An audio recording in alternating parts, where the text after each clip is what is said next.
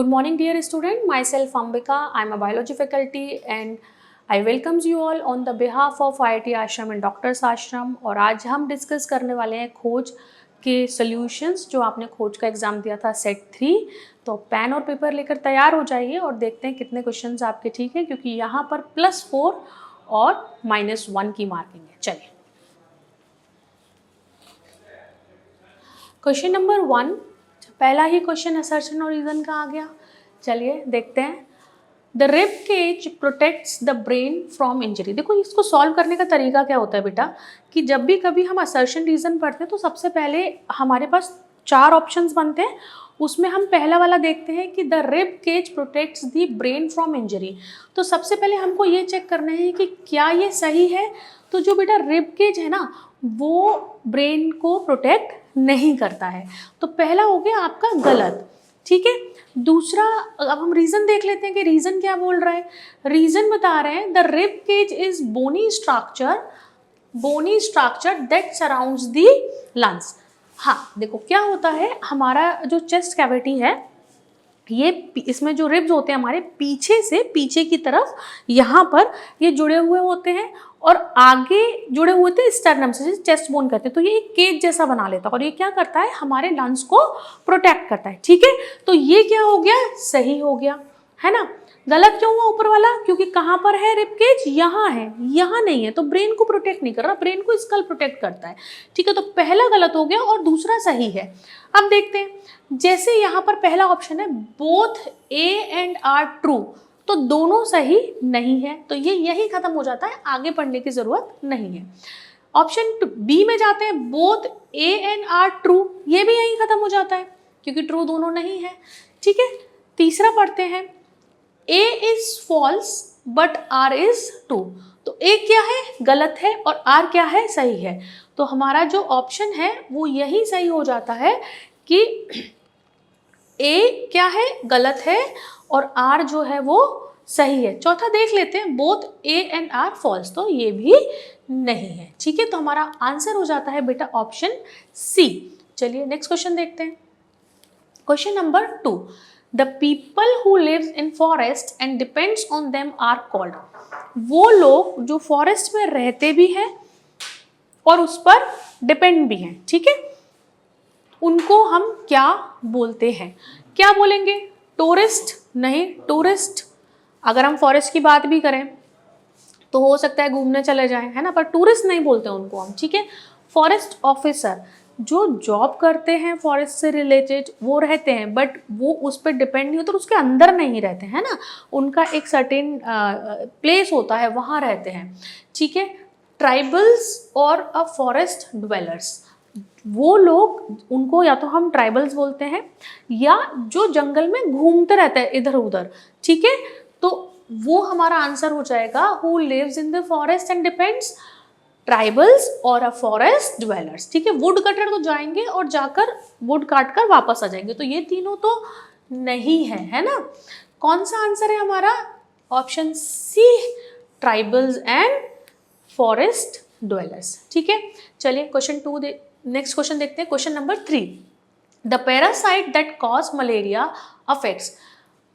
कौन है जो मलेरिया क्या करता है, द पैरासाइट दैट कॉज, पहले तो पैरासाइट पता होना चाहिए, है ना, प्रोटोजोआ। ठीक है, प्रोटोजोअन डिजीज ये कॉज करता है। अब क्या क्या किस चीज़ पे इफेक्ट करता है, तो डायरेक्टली इनडायरेक्टली तो एक बार इंसान बीमार होता है तो बहुत सारी चीज़ों पे इफेक्ट आने लग जाता है, पर डायरेक्टली किस पे इफेक्ट हो रहा है, जैसे लंग्स पे डायरेक्टली नहीं इफेक्ट होता। फिर हम देखें लिवर एंड ब्लड, बेटा लिवर और ब्लड इस पे डायरेक्टली इफेक्ट करता है, स्टमक पे भी नहीं करेगा डायरेक्टली, स्किन पर भी नहीं करेगा, किस पे करेगा, लिवर में और ब्लड पर ये क्या करता है बेटा, डायरेक्टली अटैक करता है, तो उससे हमारा जो लिवर और ब्लड है वो डायरेक्टली अफेक्टेड होता है। तो ऑप्शन क्या हो जाएगा यहाँ पे, सी। ठीक है, सॉरी बी, ऑप्शन क्या हो जाएगा, B. Question number 4, the tongue helps in, आपकी जो ज़ुबान है वो क्या क्या करने में हेल्प करती है, बोलने में करती है, टेस्ट करने में करती है, फिर फूड को मिक्स करने में करती है जब हम खाना खाते हैं, फूड को पुश करने में करती है इसोफेगस में। यहाँ पर देखते हैं क्या क्या है, only tasting and swallowing, only chewing और स्मेलिंग। देखो स्मेलिंग तो बेटा बिल्कुल नहीं है क्योंकि टेस्ट टंग से स्मेल नहीं करता है ना। फिर च्यूइंग नहीं करती है, च्यूइंग करने में हेल्प कराती है ना, मिक्सिंग करने में और च्यूइंग करने में, फूड को इधर उधर मूव करने में हेल्प कराती है। तो च्यूइंग में हेल्प कराती है बट मेन फंक्शन अकेला नहीं है ये, है ना। फिर टेस्टिंग, केवल टेस्ट नहीं करती है, ये क्या करती है, टेस्टिंग करती है और सॉलिंग में हेल्प करती है। जब हम फूड को अंदर ले रहे होते हैं, उसको जो पुश करना होता है, तो खाना खाते में आप कभी ऑब्जर्व कीजिएगा, जब आप खाना अंदर ले रहे होते हैं तो उस टाइम पर ये हेल्प करती है फूड को ईसोफेगस में भेजने के लिए। सो आंसर क्या हो जाएगा हमारा, बी। ठीक है, क्या आंसर होगा, बी आंसर होगा। ठीक है जी, तो 4 क्वेश्चन हो गए। देखते हैं क्वेश्चन नंबर 5 क्या है। Question number 5 is which part of the digestive system absorb nutrient, है ना। डाइजेस्टिव सिस्टम का कौन सा पार्ट है जो न्यूट्रिशन को अब्सॉर्ब करता है। ऑप्शंस देख लेते हैं, stomach, large intestine, small intestine and liver.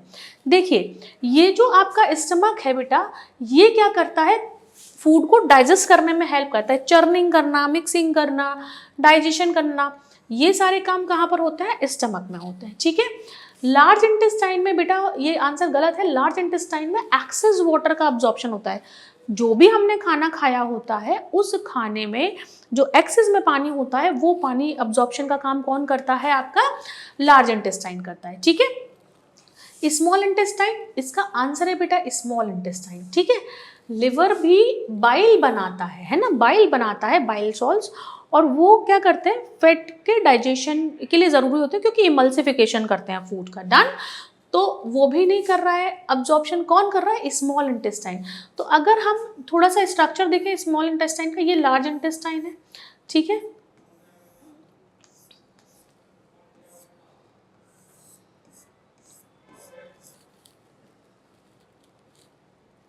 ठीक, और ये आपका क्या हो गया, स्मॉल इंटेस्टाइन। ठीक है, अब ये जो स्मॉल इंटेस्टाइन है, इस स्मॉल इंटेस्टाइन को अगर हम देख लें तो ये इस तरीके का जो पोर्शन है, इसे हम विली बोलते हैं, सरफेस एरिया को इंक्रीज करता है for the absorption of nutrition.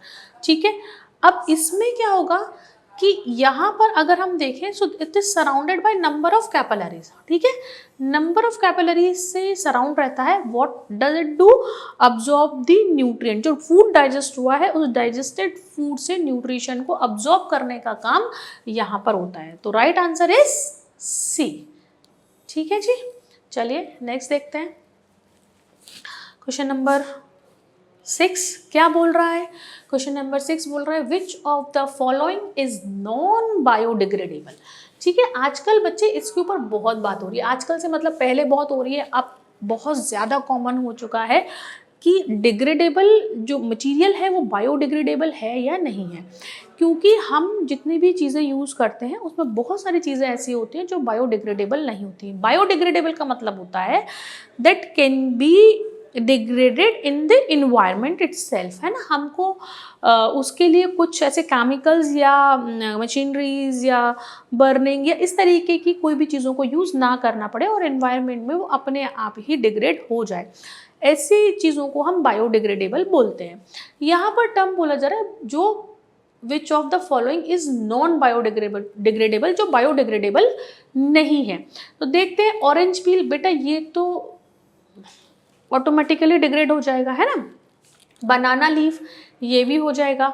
Cotton cloth ये होगा बट थोड़ा सा ड्यूरेशन ज़्यादा लेगा, है ना। प्लास्टिक बैग, बेटा प्लास्टिक बैग कभी भी जो बैग है वो प्लास्टिक के वो बायोडिग्रेडेबल नहीं होते हैं। कैसे होते हैं, नॉन बायोडिग्रेडेबल होते हैं। ठीक है, सो ये इन्वायरमेंट में बहुत लंबे टाइम तक रहते हैं, डिग्रेड नहीं होंगे, पोल्यूशन क्रिएट करेंगे। इसीलिए आजकल ज़्यादा फोकस किया जा रहा है कि बायोडिग्रेडेबल मटेरियल यूज़ किया जाए या हम पॉलीथीन बैग्स की जगह पर हम क्लोथ बैग्स यूज़ करें, है ना। तो इस तरीके से हम इसको एक्चुअली रिड्यूस कर सकते हैं। तो इसका आंसर क्या हो जाएगा यहाँ पे, सी, प्लास्टिक बैग्स। क्या है बेटा, ये नॉन बायोडिग्रेडेबल। ठीक है जी, चलिए नेक्स्ट क्वेश्चन देखते हैं। Next question is which of these an abiotic component of pond ecosystem. अच्छा चलिए, तो पहली बात तो अगर हम बात करें इकोसिस्टम की, तो इकोसिस्टम को अगर हम बात करें तो इकोसिस्टम किससे मिलकर बना होता है? तो इकोसिस्टम की आप बात करोगे बेटा तो इकोसिस्टम में आपके पास दो चीज़ें हो जाएंगी। एक हो जाएगा आपका क्या?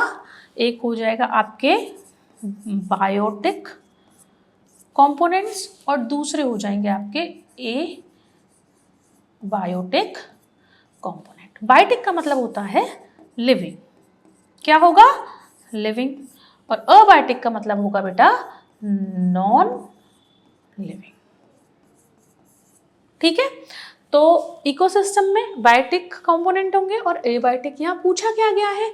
अबायोटिक, मतलब कि नॉन लिविंग कंपोनेंट, है ना। लिविंग में हम बात करें ब्रॉडली में बता देती हूँ, आगे क्वेश्चन सॉल्व करने में भी काम आएगा। जैसे प्लांट्स,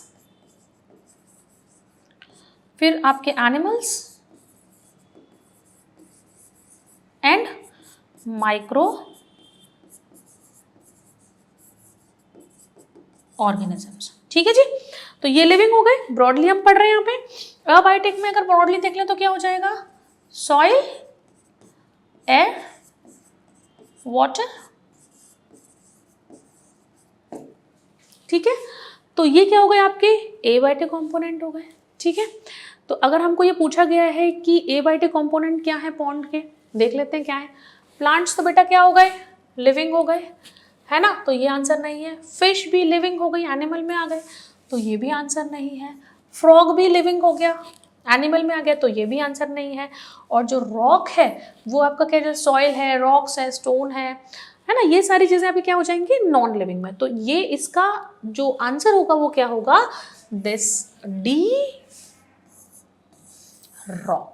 ठीक है, तो चाहे अब आपसे अबायोटिक पूछा जाए या बायोटिक पूछा जाए, आप आंसर कर सकते हैं। चलिए नेक्स्ट क्वेश्चन देखते हैं। Question number 8, which of these animals does not have bones but still moves. देखिए हम क्या बोलते हैं कि जब मूवमेंट, बॉडी मूवमेंट, आपको एक चैप्टर है उसमें कि जब मूवमेंट होता है तो जो स्केलेटल मसल्स होती है, स्केलेटल होता है हमारा, उसके संग में मसल्स अटैच रहती हैं जो उसको मूव कराने में काम करते हैं। ठीक है, स्केलेटल मसल्स बोलते हैं उनको हम। अब ये क्या बोल रहे हैं कि और बोन की वजह से मूवमेंट हो पाता है ना, जैसे ये बोन है, ये बोन है, अटैच है तो मूव कर पा रही है ना। लेकिन अब कोई ऐसा स्ट्रक्चर जिसमें मसल बोन ही नहीं है, केवल मस्कुलर स्ट्रक्चर है, तो कैसे वो मूव कर रहा है, कैसे मूवमेंट शो करेगा? तो इसमें पूछा गया है कि उनके पास बोन्स नहीं है बट फिर भी वो मूव्स करते हैं। ठीक है, तो जैसे फिश है, लिजर्ड है, फ्रॉग है, इनके पास बोन्स होती हैं, लेकिन जो ऑक्टोपस है उसके पास बोन्स नहीं होती बट स्टिल ऑक्टोपस मूव्स, है ना। तो उसमें मस्कुलर जो स्ट्रक्चर होता है उसमें मूवमेंट होता है, तो आंसर क्या हो जाएगा यहाँ पर? बी हो जाएगा, ऑक्टोपस। ठीक है बेटा, second last question, question number 9, the floating ribs are. अच्छा, मतलब आपकी रिब्स भी तैरती हैं, ऐसा? ऐसा देखिए क्या होता है, हमारे पास 12 पेयर्स होते हैं रिब्स के। कितने होते हैं बेटा? 12 पेयर्स होते हैं। आंसर ना अभी आप ही बता देने वाले हैं। कितने पेयर्स हैं? 12 पेयर्स हैं, तो टोटल हो गई 24, 12 इधर से 12 इधर से। तो यहाँ पर अगर हम देखें पीछे बैकबोन से, तो 1 2 3 4 5 6 7 बेटा, ये जो 1 to 7 होती है ना, ये ट्रू रिब्स होती है। ट्रू रिब्स का मतलब क्या होता है? जो पीछे बैकबोन से भी जुड़ी होगी और आगे स्टर्नम से भी जुड़ी होगी। ठीक है, क्या होगा? पीछे कहाँ से जुड़ी होगी? बैकबोन से, आगे स्टर्नम से, दोनों जगह जुड़ी है तो हम बोलेंगे ट्रू। तो 1 to 7 हो गए आपके पास ट्रू रिब्स, 8 9 और 10। ठीक है, 8 9 10 क्या हो रहा है? ये 7 में है ना, ये है 1 2 3 4 5 6 7। तो ये जो 8 9 और 10 है बेटा, ये कहाँ जाके फ्यूज हो गया? ये फ्यूज हो गया 7 के साथ में, तो इसको बोलेंगे हम फॉल्स रिब। ठीक है, अब बात आती है 11 और 12 की, मतलब फ्लोटिंग रिब्स हम देख रहे हैं ना। तो ये जो 11 है और ये 12 है, ये आगे जुड़ती ही नहीं है आकर। ठीक है, कहीं से फ्यूज नहीं होती, पीछे रह जाती हैं। तो 11 नंबर का जो बोन है, रिब है, और 12 नंबर का है, ये कैसा होता है? फ्लोटिंग है। तो यहाँ पर आंसर क्या हो जाएगा हमारा? ए, ऑप्शन ए हो जाएगा, क्योंकि हमारी जो 11 और 12 नंबर के कि जो रिब्स हैं वो केवल बैकबोन से जुड़ी होती हैं, स्टर्नम से जुड़ी हुई नहीं होती हैं। ठीक है बेटा, सो 1 to 7 ट्रू, 8 9 10 फॉल्स और 11 and 12 कैसी हो गई, फ्लोटिंग हो गई। चलिए, so answer is A. Next देखते हैं लास्ट क्वेश्चन। ठीक है, क्या है, which among these childrens made a correct statement, इनमें से किस बच्चे ने करेक्ट स्टेटमेंट दिया है, सही बोला है ना। स्टेटमेंट देख लेते हैं क्या क्या स्टेटमेंट है हमारे पास। स्टेटमेंट ए है, Saumya, global warming increases the concentration of carbon dioxide in the atmosphere.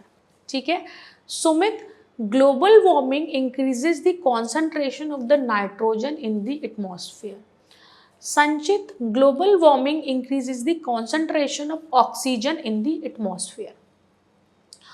Aashi, global warming increases the concentration of the ozone in the atmosphere. देखिए, इसको सॉल्व करने का ना सबसे अच्छा तरीका क्या है कि अगर आपको गैसेस का कॉन्सेंट्रेशन पता है तो कुछ हद तक आप सॉल्व कर पाएंगे। जैसे अगर हम बात करें तो 78% हमारे पास नाइट्रोजन होता है बेटा, है ना, 21% हमारे पास ऑक्सीजन होता है और 1% हमारे पास अदर गैसेस होती हैं। इसमें 0.03% कार्बन डाइऑक्साइड होता है। अब क्या होता है कि क्या इंक्रीज, ग्लोबल वार्मिंग से क्या इंक्रीज होगा, है ना। तो देखिए, ऑक्सीजन, नाइट्रोजन तो ये ऑलरेडी एटमॉस्फेयर में है, और ऑक्सीजन की अगर हम बात करें तो फोटोसिंथेसिस का जो रिएक्शन है या एनवायरनमेंट में जो प्लांट्स हैं वो उसको बैलेंस करते हैं, O2 CO2 को बैलेंस करते हैं। तो इंक्रीज तो ग्लोबल वार्मिंग नहीं होगा, क्योंकि ग्लोबल वार्मिंग का मतलब है कि हमारा जो एटमॉस्फेयर है उसमें अब पोल्यूशन की वजह से प्रॉब्लम्स हो रहे हैं, ग्लेशियर्स मेल्ट हो रहे हैं, है ना, जो हीट है वो बहुत ज़्यादा बढ़ रही है।